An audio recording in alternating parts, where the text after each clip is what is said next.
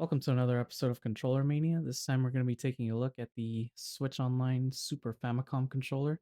This is a very nice reprint of the old 16-bit uh, king, as some people would call it. I kind of think it's one of the kings as well. Up top you have the. Let me see if I can focus. Come on. All right, let's try getting it to focus here. Focus, please. All right, let's try the hand. Nothing. All right. Well, up top you've got the. Oh, there it is. So 2 extra Z buttons right here, in addition to the LNR. USB-C charging port, LED indicator. It's pretty nice stuff. The shoulders in particular, I don't know if you guys can hear it. The clicks are pretty nice and loud on this controller. It's very tactile. The buttons, they feel just as good as the other reprints have been feeling. Start and select, D-pad. You know, you already know how that goes. I have a Super Famicom Mini here just for decoration, pretty much. But I do also have the controller for this right here. And we're going to be doing a teardown on this, and I also have the old, let me see if you guys can see that, the Wii Super Famicom controller from Club Nintendo way back in the day. You can see mine is slightly dirty. Sorry about that. And it's also starting to yellow out just a little bit in comparison to my newer controllers. And then finally, we are also going to do a teardown and comparison of the old 8-bit Do controller. Now, this one is an older model of their controllers, and it's got what do you call that? Micro USB? Yeah, micro USB port. It's a little bit older of a model. I don't have any of the newer 8-bit Do models, but we're just gonna tear all these down and see how they compare. Okay, so 6 tri-wing screws later, and this one's ready to be freed. So let me try just going at it from this angle. Yep, just like that. And so, alrighty then. Now, first thing we're seeing is the shoulder mechanism. This hasn't really changed much throughout the years. It's not too bad. Let me see if we can get the camera to focus. Come on. No, nothing. Oh, there it is. Oh. All right, so here's the bottom of the board. Battery. It's a standard Joy-Con battery, I'm pretty sure. Let me see if I can get you guys a better close-up of the shoulder mechanism. Let's get it to focus around here first. All right. So that's how that works. There's a little membrane right there. And then let's get the other side. Pretty much the same deal. There's the charging port right up there. And there's a little sticker right there on the corner. Let me see if I can just point at it real quick with the screwdriver. Yeah, this little white square right here. That sticker is to let the manufacturer know if the board has been water damaged, pretty much. And then here's the other part of the controller. This is where the Z buttons go in. As you can see, they are a spring-loaded mechanism. You probably don't want to use these like regularly for gameplay, because these are well, they're not really. It's not really that they're fragile. It's just that that's the springiness of this is why they're not really as tactile and immediate of a click as the main shoulder buttons. You can tell that they pretty much just want you to be using the Z buttons for like menu selections and minor functions in games if you choose to use them outside of the Super NES apps and all that stuff. All right, so let's go ahead and proceed here with the teardown. I'm seeing 3 more screws right there. So I'm going to go ahead and just grab that. Here, let's take the shoulders out first.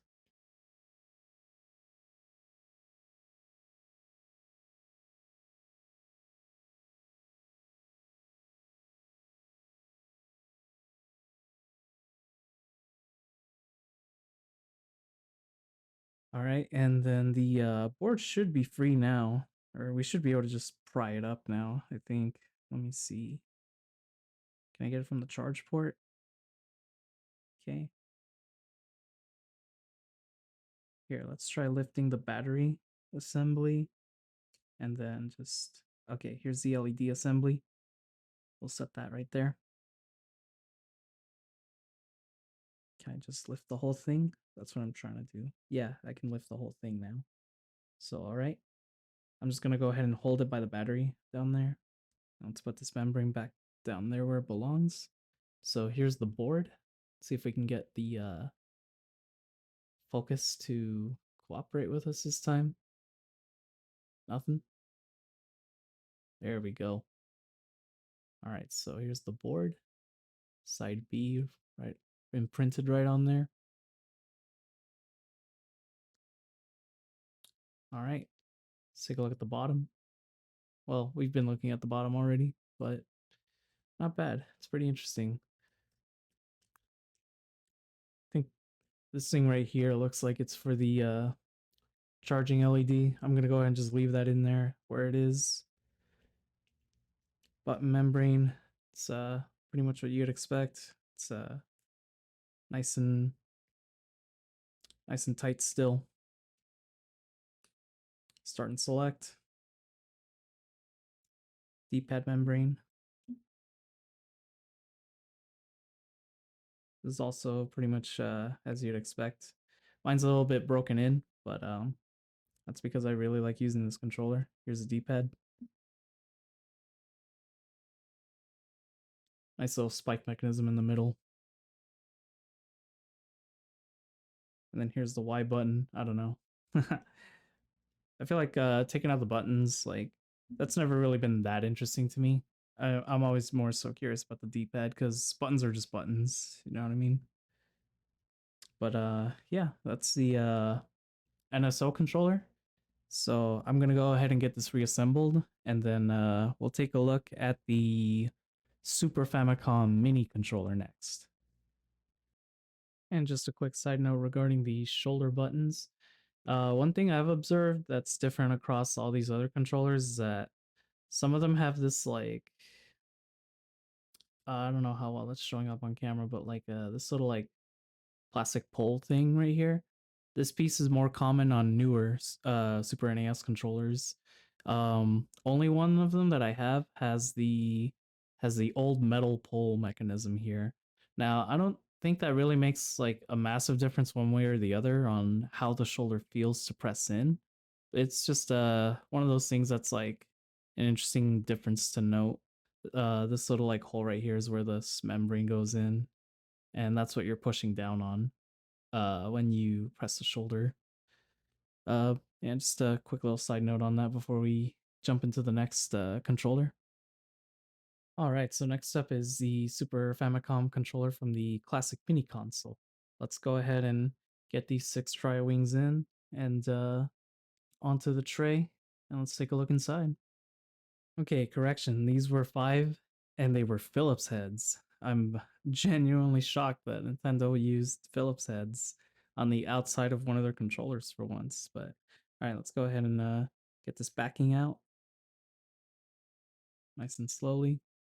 All right, so this PCB already looks slightly different. Of course, the cable is coming out from here, but the actual mechanism for the shoulder looks pretty similar to what they're using now.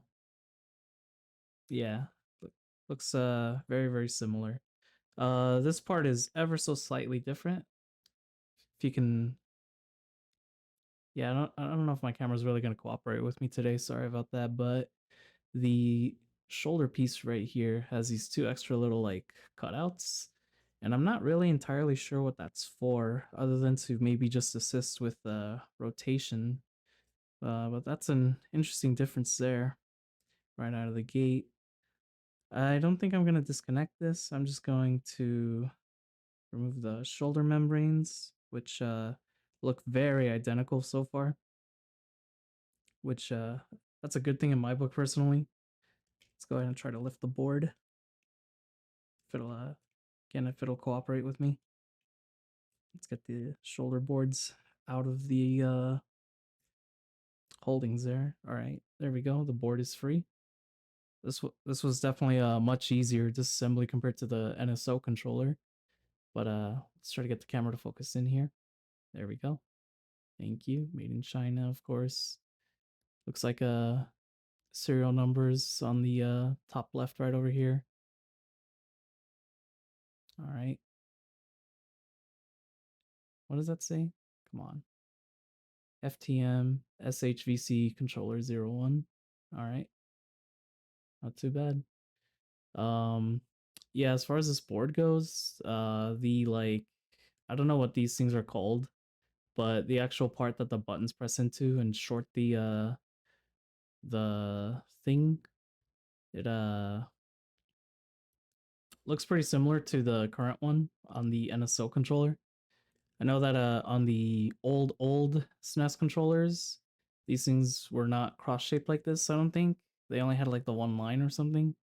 It was something like that, and that's what would cause the start and select to get temperamental over time on the original controllers from the 90s. But yeah, pretty simple board. And then here's the controller. Button membrane. Looks pretty similar, if not very identical. There's like a little piece of hair in here. Let me get that out. All right. Start and select. Very, very similar, if not outright the same. And then D-pad. Pretty much also the same. I'm pretty sure I mentioned this in my Famicom video, but yeah, these D-pad membranes are pretty common in Nintendo controllers.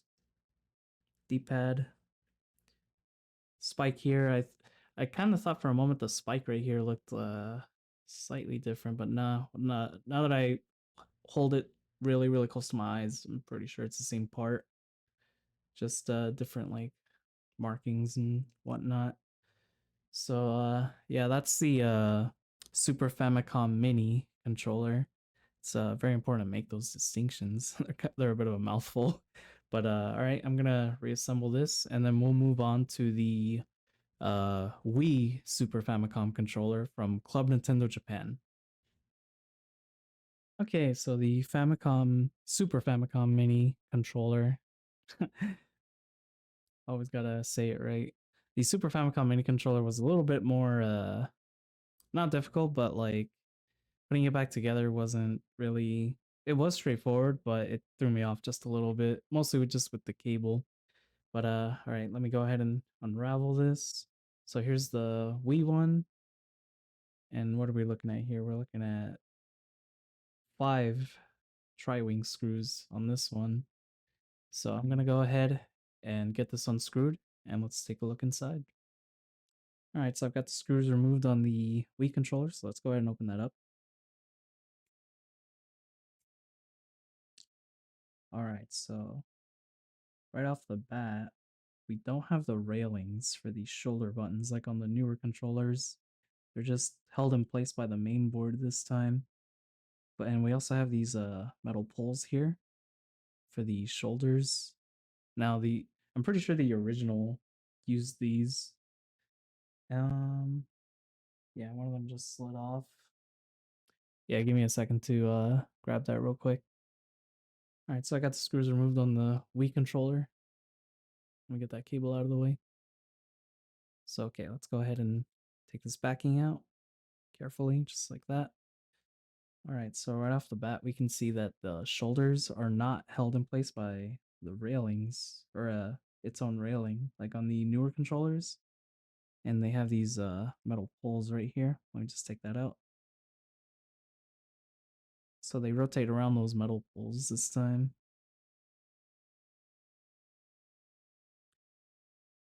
Let's take the shoulder out. All right, so here's the L button. And right off the bat, you can also see that the blade around this shoulder button is very different from the other ones. But I think this is how it originally was in the original controllers. Let's go ahead and set that off to the side. Now, this controller for me, it was mushy pretty much everywhere when it was brand new.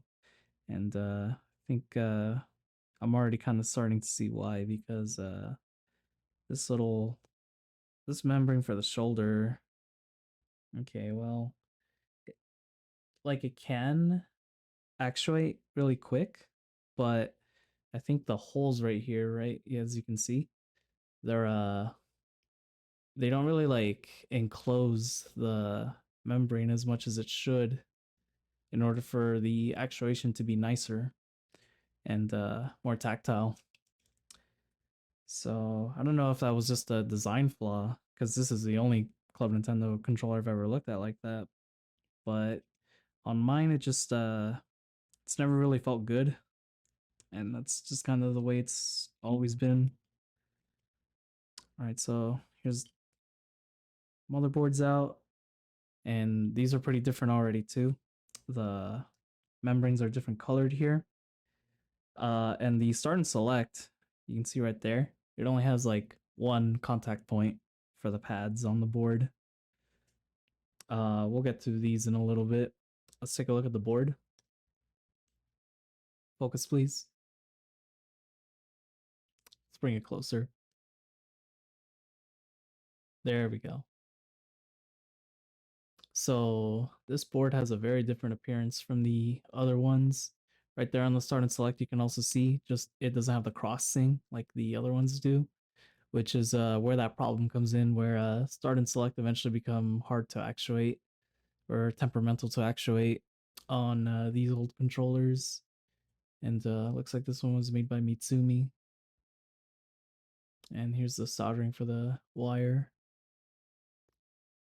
So that's the board. Let's go ahead and set that off right there. All right, so these membranes, they're not great. Um, they do that thing where they like pop inward, which is good, but the problem is that there's a lot of like travel to get to that point where it like pops down into the board. So I think what's going on is that at least for this membrane in particular, there's not enough space in here for the button to travel upward um or downward when it's, you know, being held normally. I think it's not traveling downward. It doesn't have enough space to travel enough to make this nice pop on the membrane like that. I know it's really hard to like grasp that on camera, but in person, that's what it looks like to me, is what's going on there. Let's take a look at the D-pad membrane. And yeah, this might even have like a rip on it somewhere. It's not a great membrane. I see these a lot on the original controllers, and they always age really, really badly. Especially like on the original controllers, I always see these things get ripped up. But yeah, that's the Wii controller. But you know what though? I do kind of want to try swapping parts in here to make it a little nicer. So I'm gonna go ahead and bring out the 8-bit controller. Oh no, this isn't it. The 8-bit controller. And I've already taken out the screws on it. So let's go ahead and check this one out inside. Similar housing back shells, I should say. But okay, right off the bat, bigger battery compared to the Joy-Con battery. And the shoulders here, let's get that close up. The shoulders are, come on, focus. Okay, so the shoulders here look like they're part of the shell. It doesn't seem like they're removable, which all right, fair enough, I guess. It was one of 8BitDo's first controllers. Just like this one, there's no railings like in the newer controllers for the boards for the shoulders, which it's nice that the board just comes off just like that. Let's get a closer look at the board. Yeah, so on this one you can see those cross shapes on the paddings. So this one probably won't suffer as much from temperamental presses of the start and select in its life cycle. But okay, now this is what I'm more interested in because I want to see, yeah, because look here, the membrane for the buttons, they have the same cutouts here, or they have like the same holes. And then the D-pad membrane, I know 8BitDo's early D-pads, they're kind of hit or miss, but I do wonder if I can use this in here and just make the Club Nintendo controller feel a little nicer. think for the start and select, I'm gonna keep the current one just because it's not the worst and it's not the worst thing in the world yet. It's still actuating as it's still actuating as much as I need it to.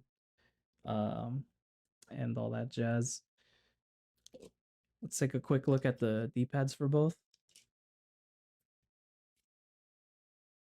Oh, let me get that. So here's the Nintendo D-pad.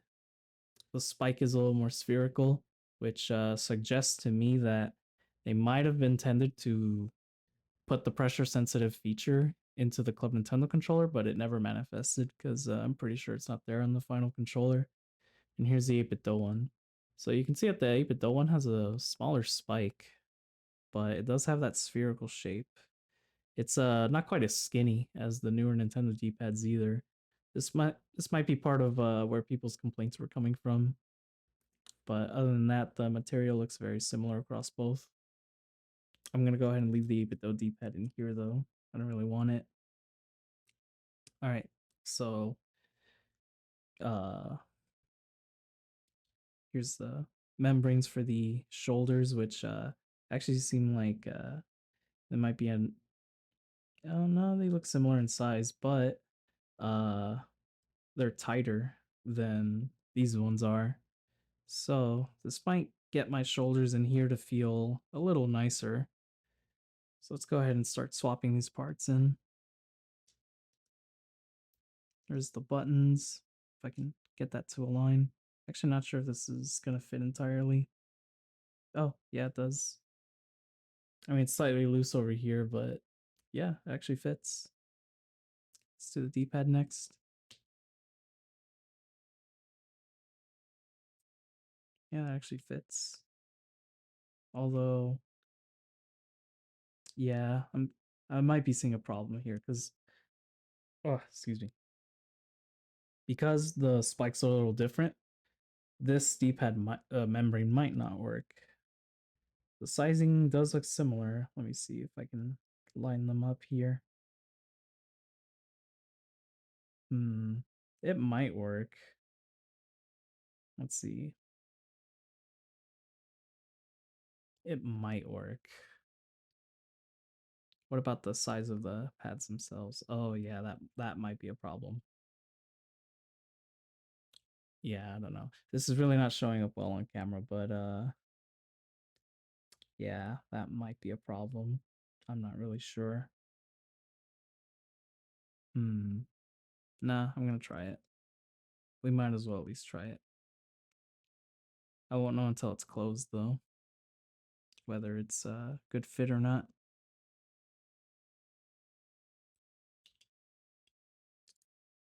Where's the oh yeah, that's where I left them. So we're definitely gonna try the 8-bit those shoulders as well.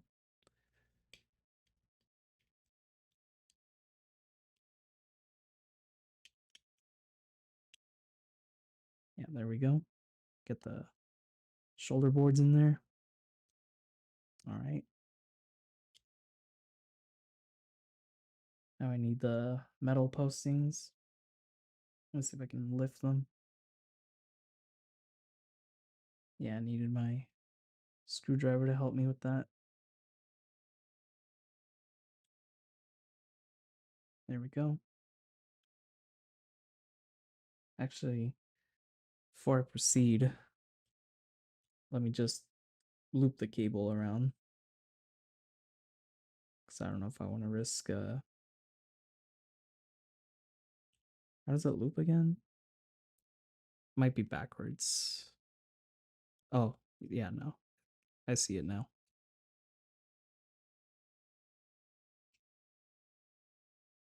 There we go.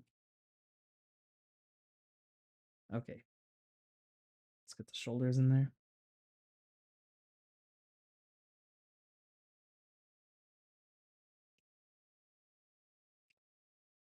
I'm a little clumsy right now. Make sure you take your time. Don't rush the reassembly process like I'm doing right now. Something's off. The board's not staying in. Oh yeah, there we go. Might just have to here, make sure that that doesn't go anywhere. Like I said, don't rush the reassembly process on anything.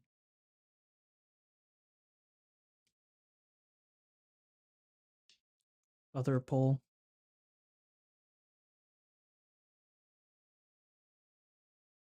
All right, now let's get the shoulders on there. This one's the L.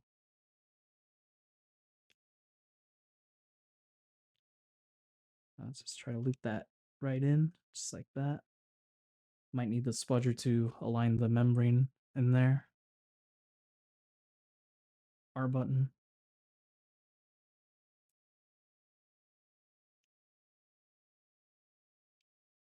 There we go. Okay.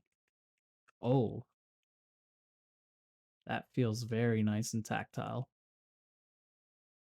Okay, that's showing promise at least. That's the Wii one.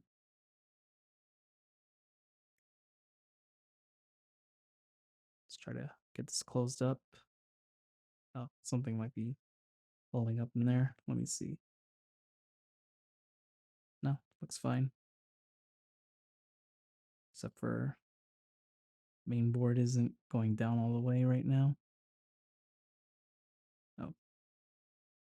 Okay, that might be good. Jump cut. Okay, so I got this controller reassembled, so yeah, the shoulders are a massive improvement here. So are the buttons. But the D-pad on the other hand actually did not improve. So I think I'm gonna put this membrane back in here, and then we'll close this up and we'll start trying out some games. And final side note on the 8-bit controller, the buttons, they still feel pretty okay. The shoulders definitely feel worse. Yeah, it's interesting. It's not the worst. Actually, these shoulders with the Nintendo membranes, they actually feel better on here than they did originally on the Club Nintendo controller. So that's an interesting little thing right there. But all right. So we're gonna go ahead and just actually move on to playing some games with the controller we came here for the review for, right? All right, so here we are on the Switch menu. So just want to show you guys real quick the icon here. And here's the icon for the North American one. Didn't think I had both, did you? Nah, maybe some of you did. But I just wanted to show you the icon for that one, because we're just here to use this one.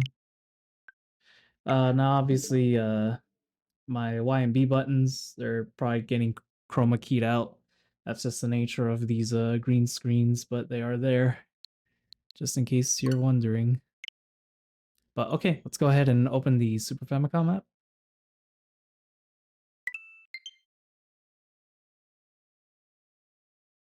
All right.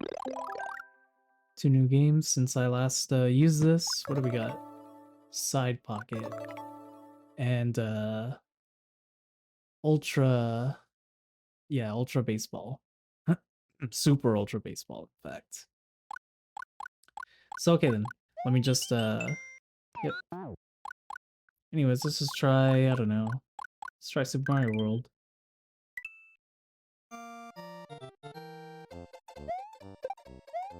Feels pretty good right off the bat. Ooh, do not want that. Give me that.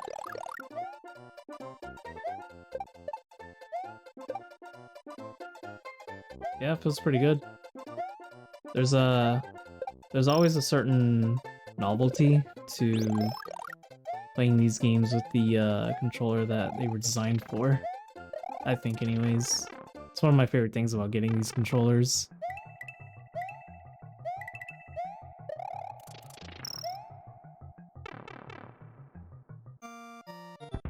Yeehaw! What, no cape? Cheapskates, man. Oh, did you see that? That was tight.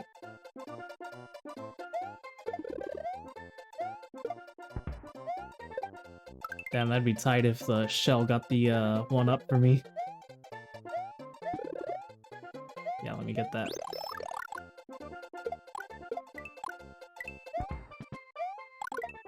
Oh, that was tight. Oh, that was tight. Telling you, the right controller, man, can get you results, just like I said in my other video. Alright, let's go to the next game. Let's try a quick race in F-Zero. Grand Prix. I prefer the pink car. I forgot what this is asking. I'll just say yes. Standard class, please. We're just gonna do this one race. Ready, set, go. Oh yeah, the shoulders really shine. I'm really happy that they put better membranes after that Wii controller. I really don't know what they were thinking with the membranes on those, if that's how all of them were. I'm wondering if just the Wii controller was just that like if they just didn't really want to put as much effort into it just because it was technically a freebie. I'm wondering if that's why it ended up the way that it did. Because pretty much with the Mini and onward, granted it's just been that one plus this NSO one. But yeah, after that it's been pretty nice as far as these Super Nintendo controllers go. 3 more laps.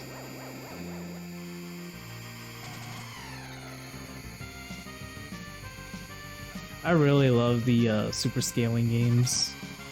Like, I like when the whole game revolves around it, like this one.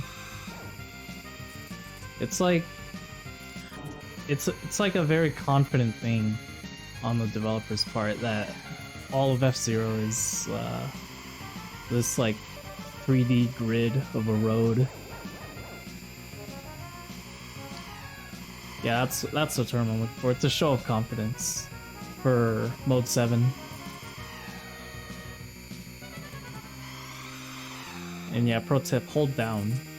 Hold down when you're going through those things, because you ascend higher. And you actually need to know about that on one of the later tracks in this game. It's pretty interesting. It's a pretty interesting skill check. I got to that track the first time I was playing this, and I couldn't understand how to get over the big jump. And I had just trial and error. I was like, alright, I guess I'll just try holding down, right? And it worked.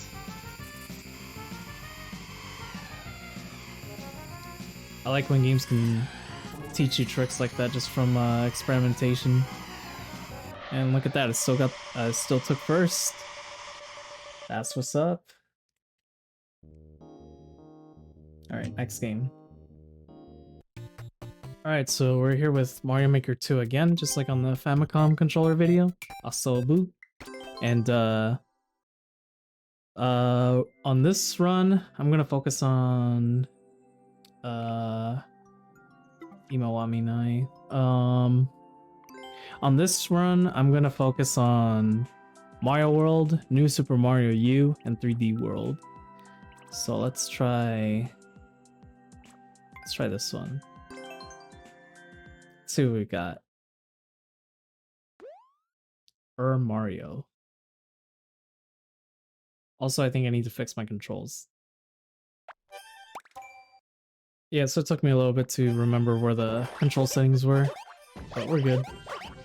Because I had it configured for the Famicom controller.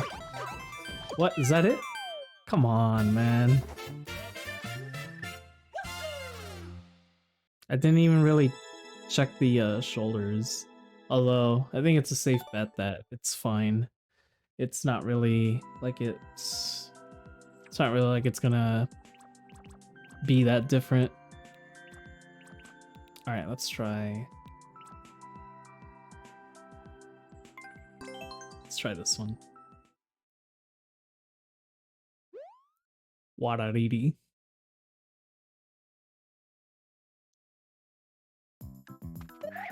Okay, yep, the shoulders do work for that. sort of the Z buttons, but again, don't use that as a main gameplay button. I think I need to triple jump through this. Ooh, that was close. What? That's it? Come on, man. These guys can do better. Alright. Mario World map next. Flash Fluid. Alright. Don't disappoint me. Please. These levels have been kinda whack. Alright, so the shoulders do work for that. It's kinda too bad that Mario Maker doesn't let you like remap. What? That's it? Come on. Because I think originally A was the spin jump, but they changed it to the shoulders on this game at least. Well, that was a little anticlimactic though on Mario Maker, but hey, it does work on Mario Maker. Alright, so next up we're gonna try Tetris 99 on this controller. I went ahead and configured this to X to change my attack mode, and then I'll see you guys in a match. Alright, we're in a match. I'm gonna go ahead and set myself to defense mode. And let's see how I do.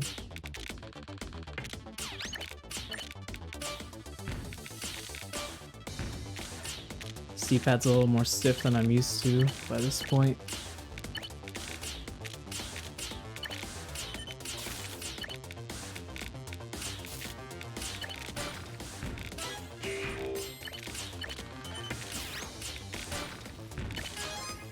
There we go.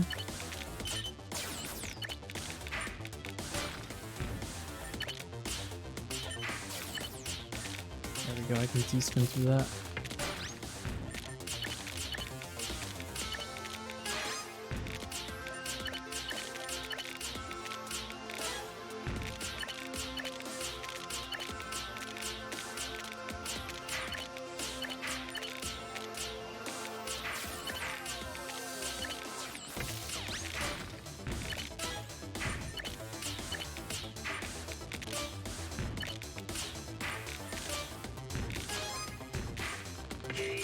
Beautiful. Also beautiful.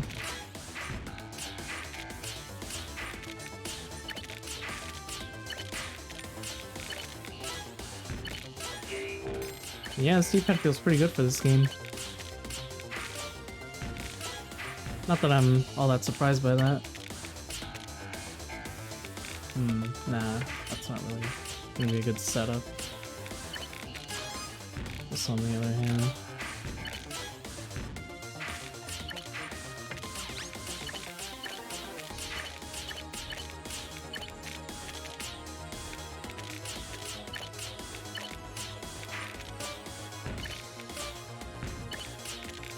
There we go.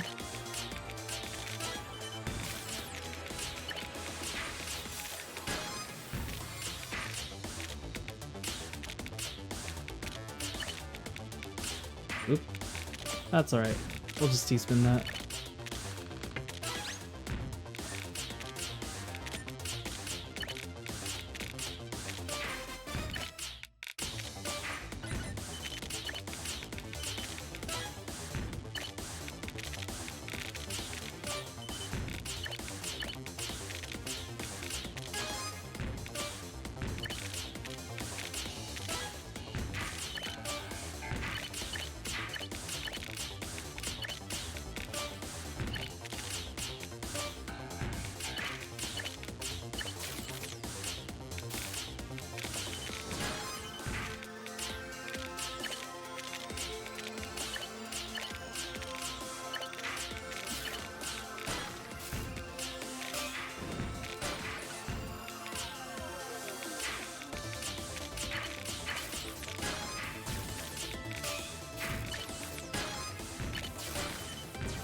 Doing pretty good so far.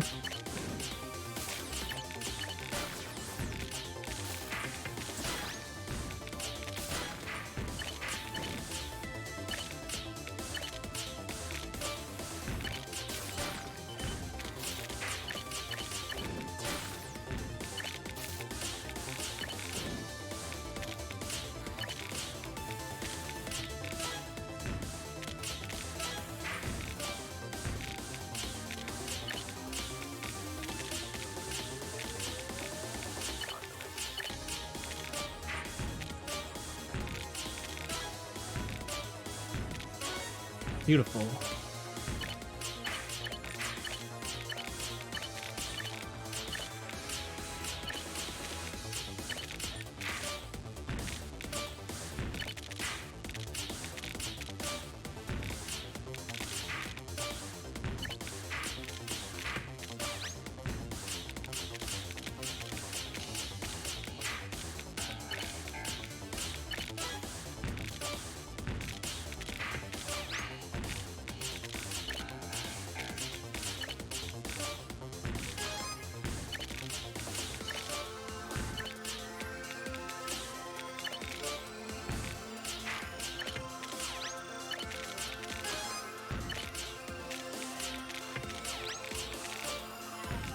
Beautiful.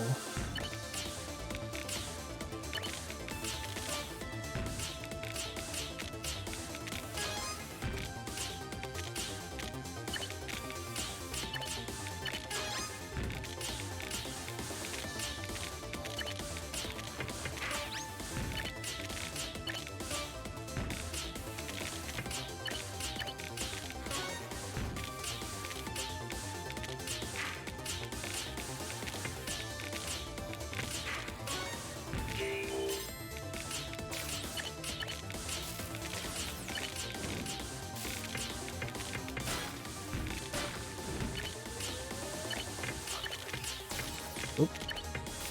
That's no good.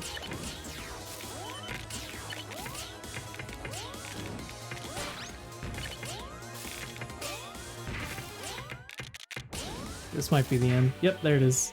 That's alright though. Made a few mistakes, but that's alright. This controller is absolutely certified. Very, very good for Tetris. Definitely, for sure. That's gonna do it for this video. Thank you so much for watching. Let me know what you think in the comments below. Do you like the NSO reprints? I really, really like these controllers. Let me know what side you're on. Do you like the North American Super Nintendo stuff more? Do you like the European Japan stuff more? Me personally, I'm Team Japan on this one. The candy color buttons are just, they're beautiful. And I'm personally not really a fan of the concave X and Y, but that's just me. I still like to have these though, just for maximum nostalgia, because this is what I had as a kid. But I'm definitely on Team Super Famicom personally. Let me know what side are you on, and like, comment, subscribe, all that good stuff. Look forward to the next one, and I'll see you guys on the next one.